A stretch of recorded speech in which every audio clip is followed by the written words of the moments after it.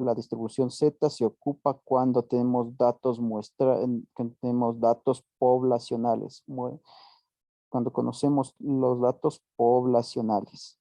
Cuando nosotros nos dan muestras o datos muestrales, utilizamos lo que viene siendo la distribución T. Como había una pequeña confusión en el trabajo anterior y la mayoría usó la distribución Z cuando tenían que usar la distribución T. Por eso les recalco una vez más que tomen en cuenta eso. Distribución Z para datos poblacionales. Si solo nos dan datos muestrales, únicamente lo que tienen que hacer es ocupar la distribución T. Ya, en sí, ¿para qué ocupamos este nuevo análisis ANOVA? Este nuevo análisis ANOVA sirve para comparar lo que viene siendo dos varianzas o dos medias muestrales, a diferencia de los anteriores, que solo teníamos un grupo de datos. Aquí vamos a tener dos grupos de datos en los cuales vamos nosotros a comparar para, dependiendo de eso, dar nuestras respectivas soluciones de hipótesis y ver si aceptamos la hipótesis nula, la hipótesis alternativa, y en sí ya les voy a explicar un poco más con esto, la parte teórica, y para concluir con un ejercicio para que esto quede completamente claro. ¿Ya? Entonces, como les decía, esta distribución se ocupa cuando nosotros queremos comparar dos conjuntos poblacionales. Es decir, podemos, como les decía, dos varianzas o dos medias muestrales, pero necesariamente necesitamos dos grupos para compararlos. ¿Por qué se llama distribución F? Se llama en honor a Ronald Fisher, porque él fue el que descubrió, el que planteó esta solución. Por eso es que se llama distribución F, en honor de Fisher. Ya. Entonces, a continuación les voy a detallar un grupo de características que posee esta distribución. Primera característica, que existe una familia de distribuciones F. ¿A qué se refiere esto? Que cada miembro se determina mediante dos parámetros, los grados de libertad del numerador y los grados de libertad del denominador. Como les decía, vamos a tener dos conjuntos de datos. Y de cada conjunto de datos vamos a sacar un grado, va a tener grados de libertad del primer conjunto, que le vamos a ubicar en el numerador, y los grados de libertad del segundo conjunto le vamos a ubicar en el denominador. Ya, entonces cuando ya hacemos eso, y lo que se refiere a esto, que existe una familia de distribución F, es a estas curvas que ven acá. Estas curvas dependen de los parámetros que tengo yo acá, que vienen siendo los grados de libertad de los dos grupos, como les expliqué. Entonces, cuando aquí tenga, digamos, un 1, 1, voy a tener una curva. Cuando tenga 19, 6, voy a tener esta curva. Cuando tenga 29, 28, voy a tener esta curva. Cuando tenga 5, 5, voy a tener otra curva diferente. Ya, a eso se refiere que existe una familia de distribución F. Ya. Ahora, la distribución F es continua. Eso quiere decir que no hay cortes cuando yo grafico. En otras palabras, miren, ustedes pueden hacer este ejemplo. Cuando yo quiero hacer esta curva de acá, la hago con la mano. Mire, voy aquí, no tengo ningún corte, la hago de un solo tajo la hago. Entonces, cuando yo tengo aquí cortes, mm, por ejemplo, aquí les voy a explicar mejor con un ejemplo gráfico. Mire, a eso se refiere continuo. Vamos a poner 1000, 1000. Entonces vamos a trazar lo que viene siendo el plano cartesiano. Ya, ya, ya. Entonces, a esto se refiere una distribución continua. Mire, yo tengo una sola línea. Bueno, en este caso voy a ponerle que es una curva. Ya. Mire, no tengo cortes. Esto es que no tengo cortes. Pero, a diferencia, ahora voy a hacer una que no sea continua.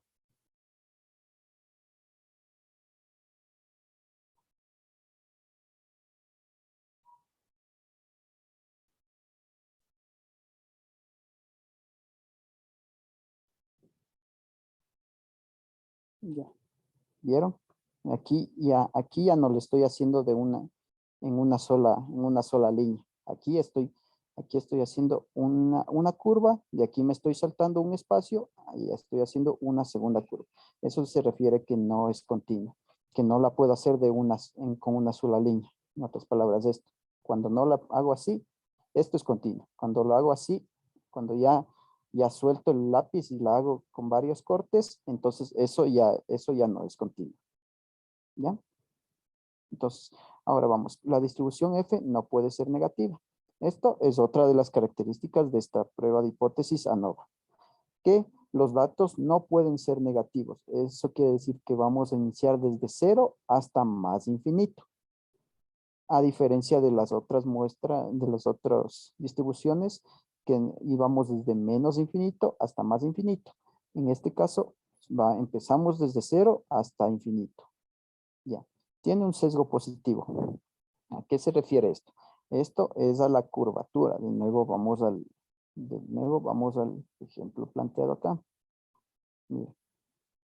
Es más, vamos a hacer uno nuevo para que se entienda. Ya. Sesgo positivo es esto. Mira. Aquí lo voy a hacer bien. Mira.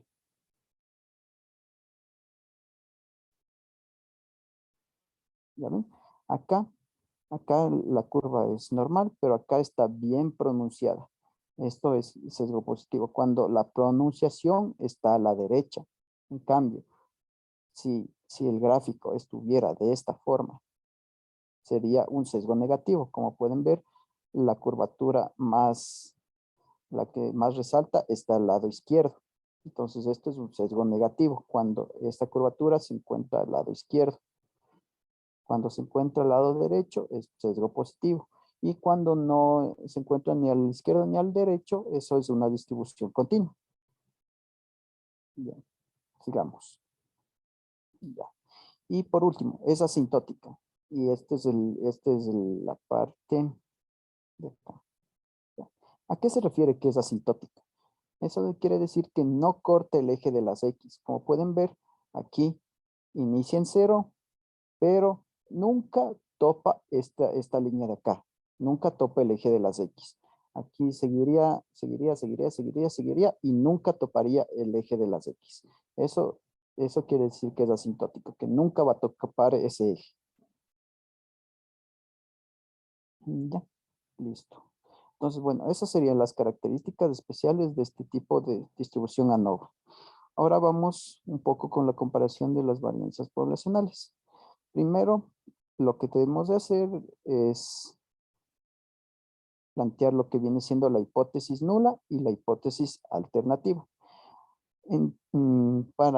Como ejemplo del planteamiento de hipótesis de este tipo de ejercicios, tenemos que tomar en cuenta la varianza de un grupo 1 y la varianza de un grupo 2.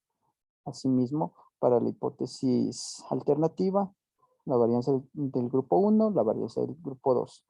Aquí, para este ejemplo de aquí, estamos diciendo que las varianzas sean iguales, porque queremos determinar, digamos, en tiempo, si yo por la carretera 1 hago un tiempo, y si por la carretera 2 hago otro tiempo. En la hipótesis nula sería, por las dos carreteras me demoro lo mismo, sí. Entonces, cuando tengo así que me demoro lo mismo, que prácticamente que sean iguales, ocupo esto. Pero a diferencia que digo, por la carretera 1 me demoraría más tiempo que recorriendo por la carretera 2, entonces yo ocuparía carretera 1, que sea varianza 1, es mayor o igual a la varianza 2, ¿ya? Eso tomen en cuenta mucho en los ejercicios, muchachos. Ya. Entonces, bueno, así plantearíamos lo que viene siendo las hipótesis. Como vieron, aquí tomamos las varianzas que son de la población, pero necesariamente tenemos que tener dos varianzas o dos grupos de datos distintos. Si no, deberíamos ocupar las anteriores distribuciones que vimos antes, que viene siendo la Z o la T de Stewart. Ya. Y ahora, ¿cómo calculamos el F calculado?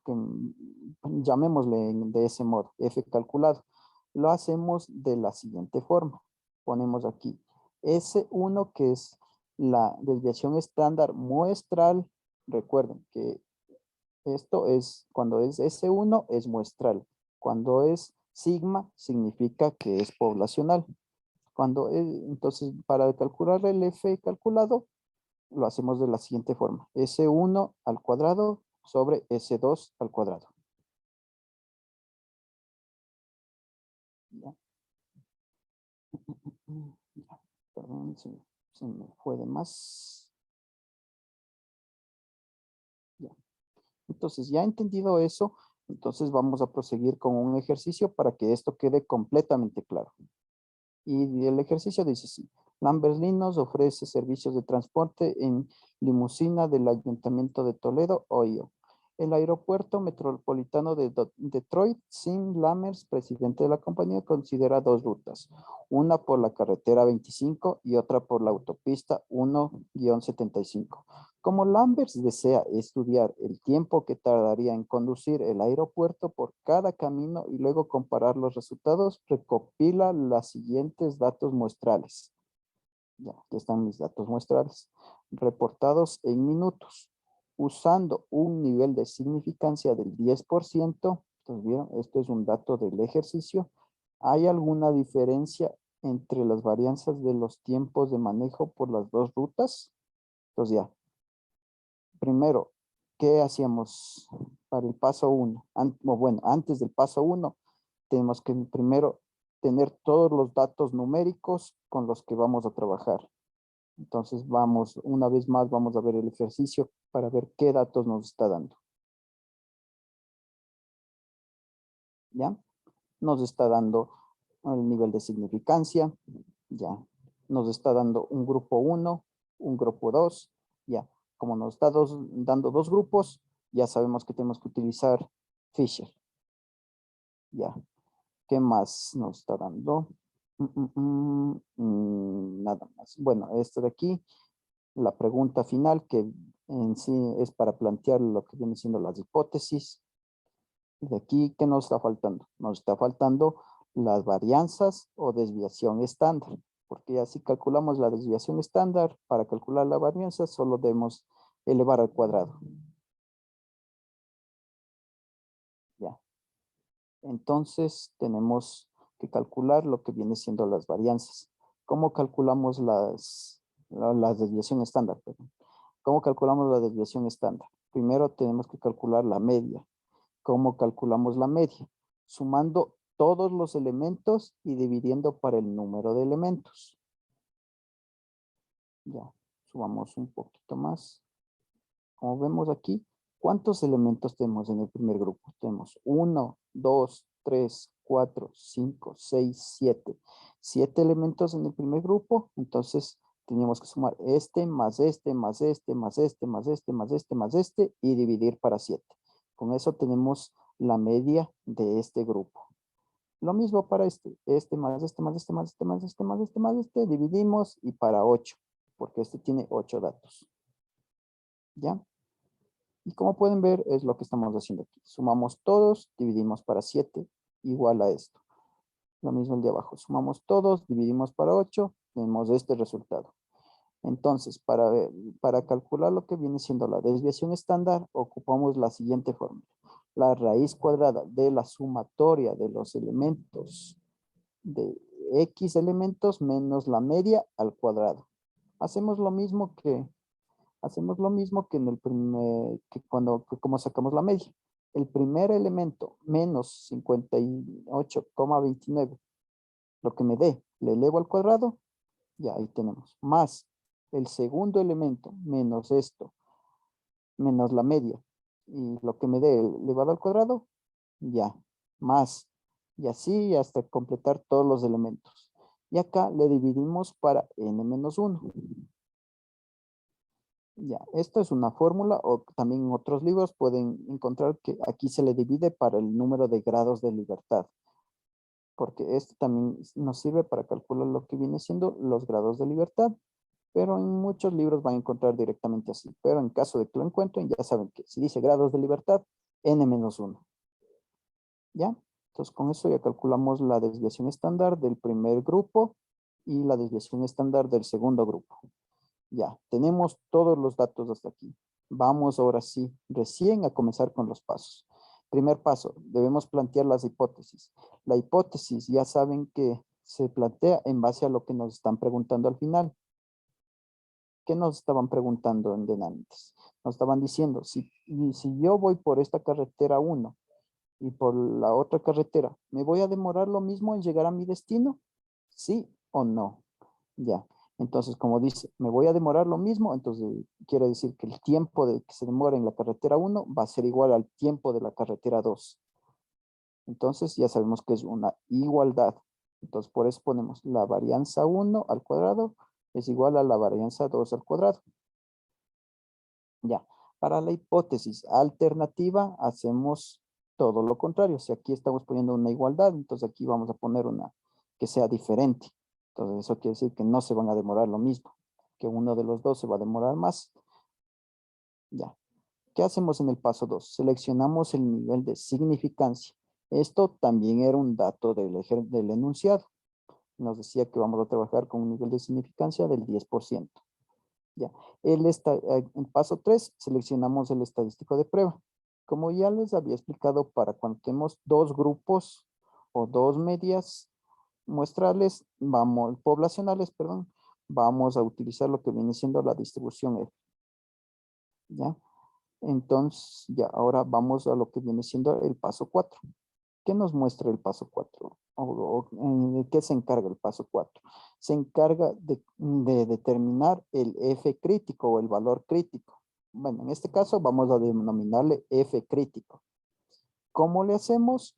Como les había explicado antes en las características de la distribución ANOVA, esta distribución posee dos grupos. El primer grupo va a ir al numerador y el segundo grupo va a ir al denominador, como podemos ver acá. Y tenemos un ejemplo. Aquí, miren, el primer grupo le vamos a ubicar acá y el segundo grupo le vamos a ubicar acá.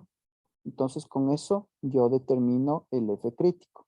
¿Cuántos elementos yo tenía? ¿Cuántos elementos yo tenía en el primer grupo? Si recuerdan, eran 7. Pero para usar esta tabla de aquí, no necesitamos poner el n, sino necesitamos los grados de libertad del primer grupo y los grados de libertad del segundo grupo. Y como les había mencionado antes, los grados de libertad se calculan en la siguiente forma. El número de elementos totales menos 1. Como tiene 7 menos 1, 6. 6 grados de libertades va a tener el grupo 1. Y el grupo 2, 8 menos 1, 7. 7 grados de libertad. Ya. Lo siguiente que tenemos que hacer es ver los valores, utilizar ya lo que viene siendo en sí la tabla. Y para eso tomamos en cuenta el nivel de significancia. Aquí, en este caso, estamos trabajando el 10%. Pero, ¿por qué aquí estamos ocupando del 5% si en el enunciado nos decía que tenemos 10%? Es porque, por la hipótesis, cuando tenemos una igualdad, esto quiere decir que es una prueba, es una distribución de dos colas. De dos colas. Cuando es igual, es de dos colas. Cuando es mayor o igual a algo, menor o igual a algo, mayor a algo, menor a algo, es de una cola. Ya. Eso también lo recalco porque en el enunciado, en el deber anterior, también hubieron esos errores que estaban poniendo igual.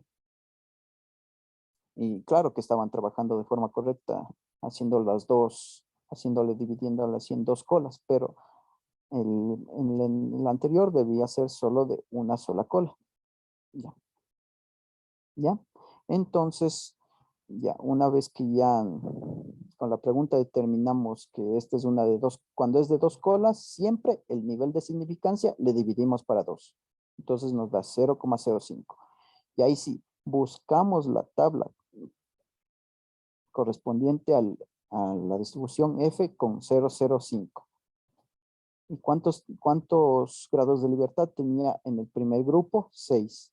Y en el segundo grupo, 7. Y entonces vemos la intersección. Ese es mi F crítico, mi valor crítico. ¿Ya? Y también quería demostrarles que ustedes pueden tomar en cuenta cualquier tabla que todas tienen los mismos valores. No se fíen solo del libro. Miren, por ejemplo, en este caso estoy ocupando una que encontré en internet. Ya, vamos a hacer lo mismo. Tenemos 6 en el numerador o en el primer grupo, 7 en el segundo grupo, intersección, 3,87. Ese es mi valor F crítico. Ahora vamos a ver si sí se cumple. 3,87. ¿Vieron? Con cualquier tabla les va a salir, no necesariamente la del libro, en caso de que ustedes consulten estas tablas en otros lados, por si acaso. Ya. Una vez que ya tengo calculado mi F crítico, vamos a calcular lo que viene siendo mi F calculado con la fórmula que se vio antes, la que era S1 al cuadrado sobre S2 al cuadrado. Aquí habíamos calculado cuánto teníamos en S1, en la desviación estándar 1, desviación estándar 2. Entonces lo único que teníamos que hacer es elevar al cuadrado, dividir y eso nos daba un resultado, que en este caso es 4,23. Ya, este numerito tienen que guardarlo en otro lado. Miren, para este caso yo les planteé de esta forma para explicarles. Miren, aquí está el F crítico que calculé antes con la tabla y este es el calculado que hice ahorita con la fórmula.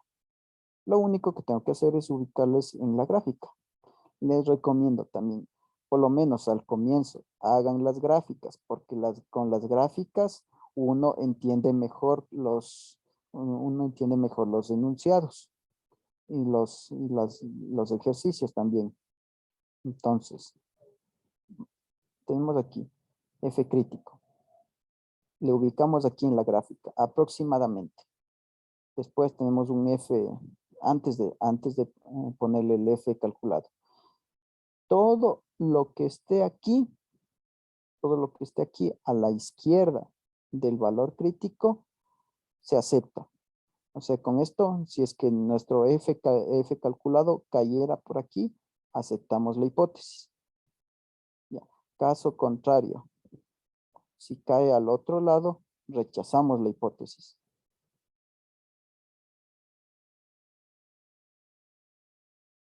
¿Ya? Entonces, para eso, ya entonces, ahora sí vamos con el F calculado. ¿Cuánto tenemos? 4,23. 4,23 está a la derecha del F crítico. Entonces cae en esta zona de acá. ¿Qué hacíamos cuando caía a la derecha? Por eso les digo que es importante el gráfico. ¿Vieron? Esto sin el gráfico es un poquito más complicado de deducir. Pero ya con el gráfico vemos una línea acá. Entonces vemos que está a la derecha del valor crítico. Entonces como cayó en esta zona de acá, voy a rechazar la hipótesis. Voy a rechazar la hipótesis nula y voy a tomar como afirmativa la hipótesis alternativa. ¿Ya? Y es lo que hace el enunciado. Se concluye que hay una diferencia entre las variaciones de los tiempos de recorrido por las dos rutas. Como dice que hay diferencia, entonces ¿qué eso quiere decir? Que no son iguales. El señor Lambert querrá considerar esto en su programación. Ya, y como vieron, así se calculan este tipo de ejercicios. También aquí tengo otro ejercicio que les quería mostrar también en caso de que no les haya quedado muy claro este otro ejemplo. De poblaciones distribuidas en forma normal se obtiene dos muestras de tamaño 16 y 14, cuyas varianzas muestrales son 10 y 8. ¿Vieron? Aquí ya no me están dando un conjunto de datos. Directamente me está dando la varianza. Entonces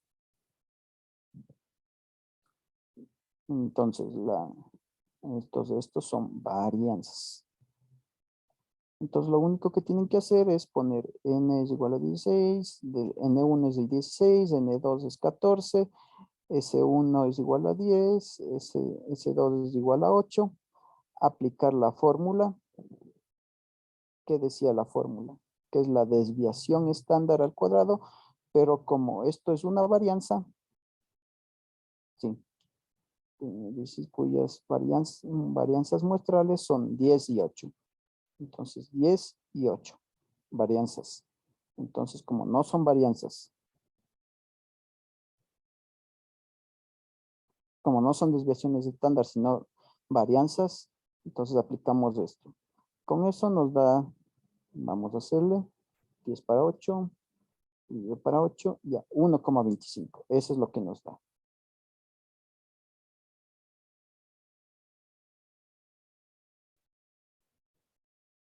Vamos a corregirle, vamos a ponerle 1,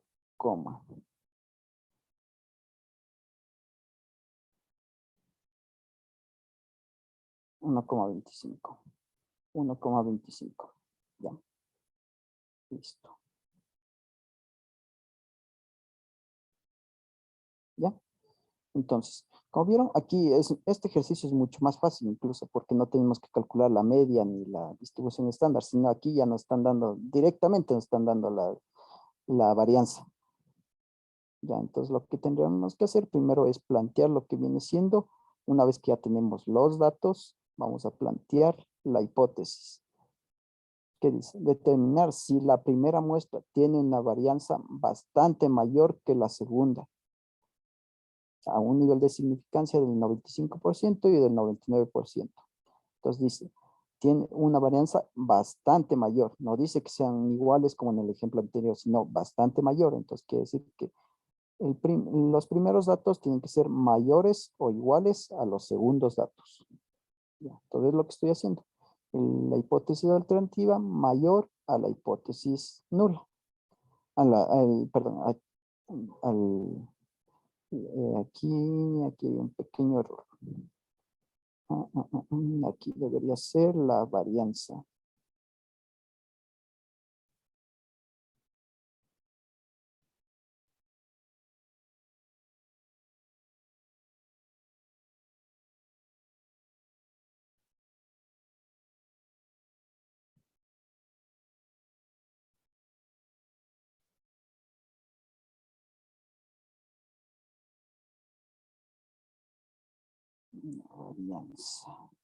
Varianza. Varianza.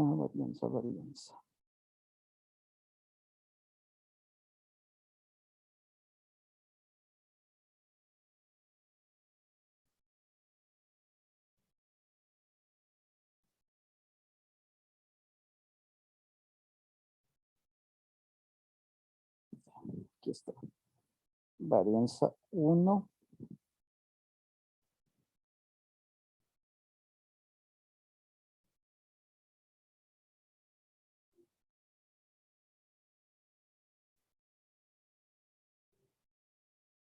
Varianza 2.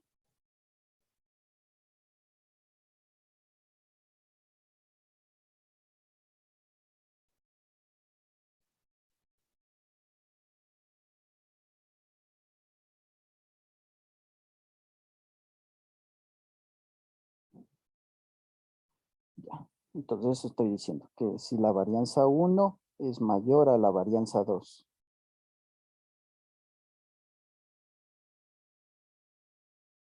Ya. En caso de que, y en caso contrario de la hipótesis alternativa sería esta, que la varianza 1 es mucho menor o igual a la varianza 2. Entonces ya, ahí estoy planteando ya.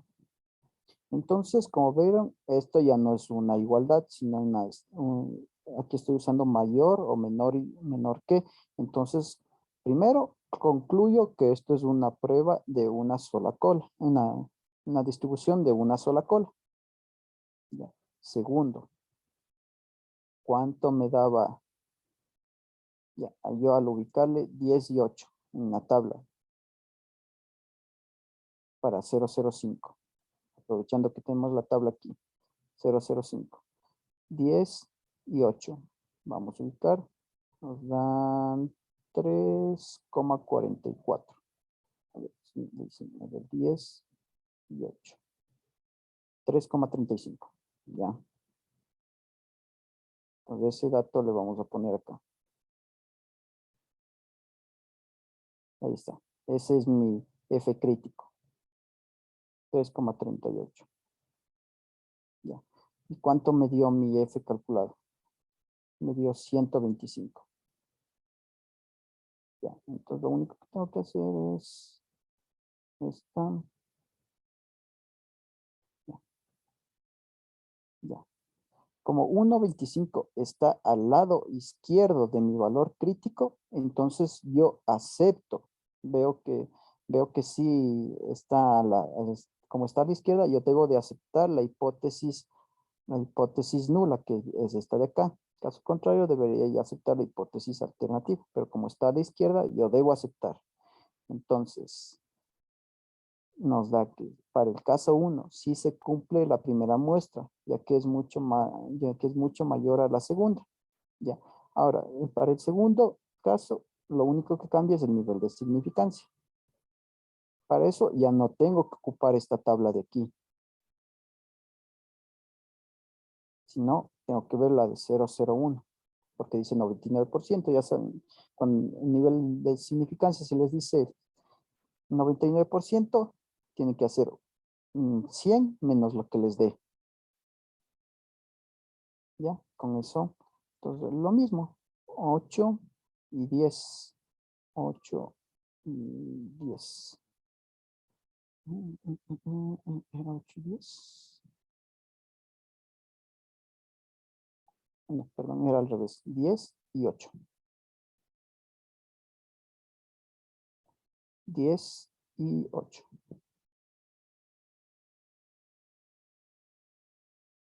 5,81. 5,81, nivel de significancia. Ah, es que estoy en Fisher, sí, sí. Fisher, 10, 8 y 10. 10 y 8, perdón. 10 y 8. 5,81. 5,81.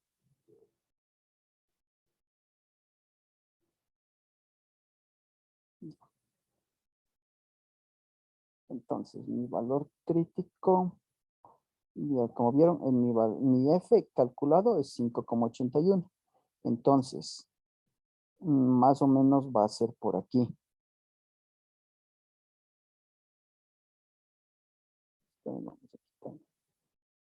Vamos a ponerle aquí. Por en vez de esto, vamos a ponerle acá.